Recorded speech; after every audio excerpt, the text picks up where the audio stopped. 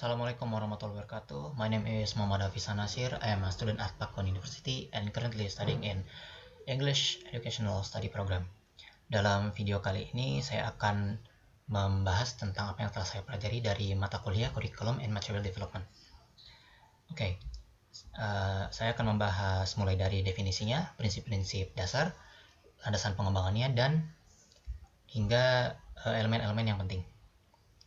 Baik. Pertama, table of contents telah saya sebutkan juga, definition of curriculum, principle of curriculum atau prinsip-prinsip, foundation of curriculum development, landasan-landasannya, dan yang terakhir curriculum elements atau elemen-elemen dari kurikulum. Kita mulai dari definition.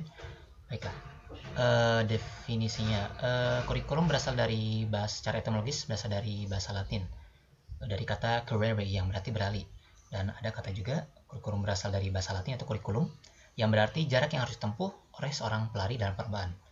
Tapi dalam konteks pendidikan, kurikulum berarti rangkaian pengalaman belajar yang dirancangkan oleh sekolah untuk mencapai tujuan pendidikan.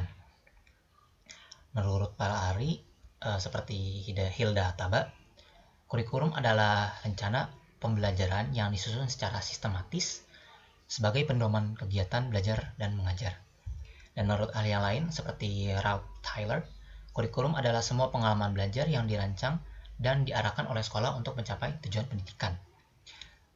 Dan yang saya dapatkan adalah kurikulum adalah seperangkat rencana dan pengaturan kegiatan pembelajaran yang dirancang untuk membentuk kompetensi peserta didik secara sistematis melalui pengalaman belajar yang terstruktur.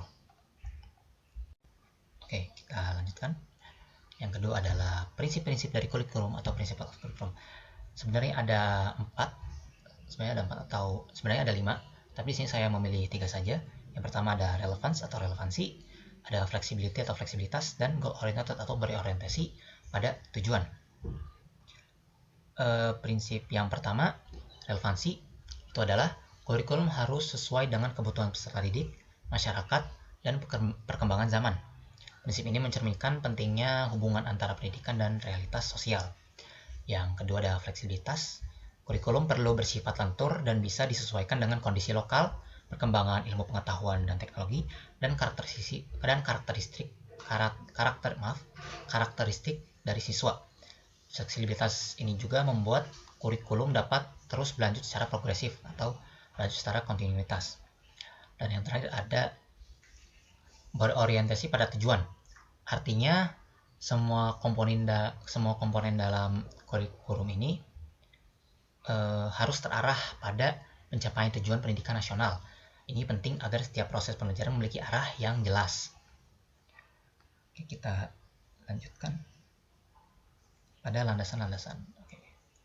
Curriculum Development Foundation atau fondasi-fondasinya. Yang pertama ada Philosophical Foundation atau landasan filosofis. Landasan ini memberikan nilai dan arah dasar bagi pengembang kurikulum. Biasanya merujuk pada nilai-nilai yang dianut suatu bangsa seperti Pancasila dan Undang-Undang Dasar 1945 di Indonesia. Yang kedua ada Psychological Foundation, yaitu berfokus pada bagaimana peserta didik belajar, berkembang, dan termotivasi. Psikologi pendidikan modern sangat mengaruhi cara kita merancang isi dan strategi dalam kurikulum.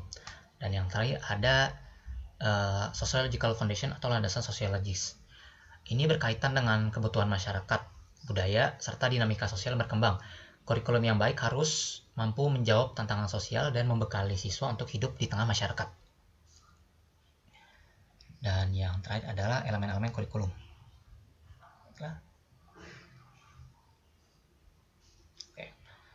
Dari elemen-elemen ini semuanya ada. Di sini ada intent atau tujuan, ada konten atau isi, learning aktivitas atau kegiatan belajar, dan evaluasi.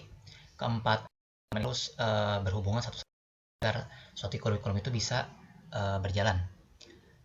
Yang pertama adalah tujuan. Ini adalah arah yang ingin dicapai melalui proses pendidikan. Misalnya membentuk peserta didik yang berkarakter, kreatif, dan kompeten. Dan yang kedua ada isi atau konten atau materi, yaitu semua pengetahuan, keterampilan, dan sikap yang harus dikuasai oleh siswa. Contohnya dalam matematika seperti menguasai teorema Pythagoras atau teori dan rumus-rumus yang lain. Yang ketiga adalah yang ketiga adalah learning activities atau strategi pembelajaran.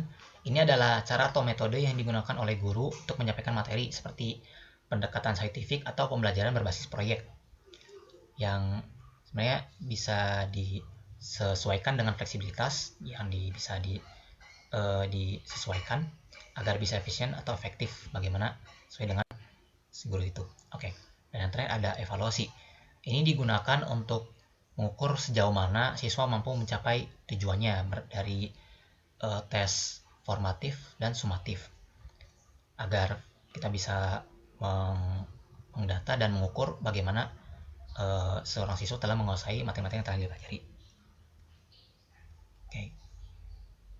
Itulah pembahasan mengenai kurikulum yang telah saya pelajari dari pertemuan pertama sampai midterm. Baik, terima kasih atas perhatiannya. Wabillahi taufiq wal hidayah. Wassalamualaikum warahmatullahi wabarakatuh. See you later in the next video.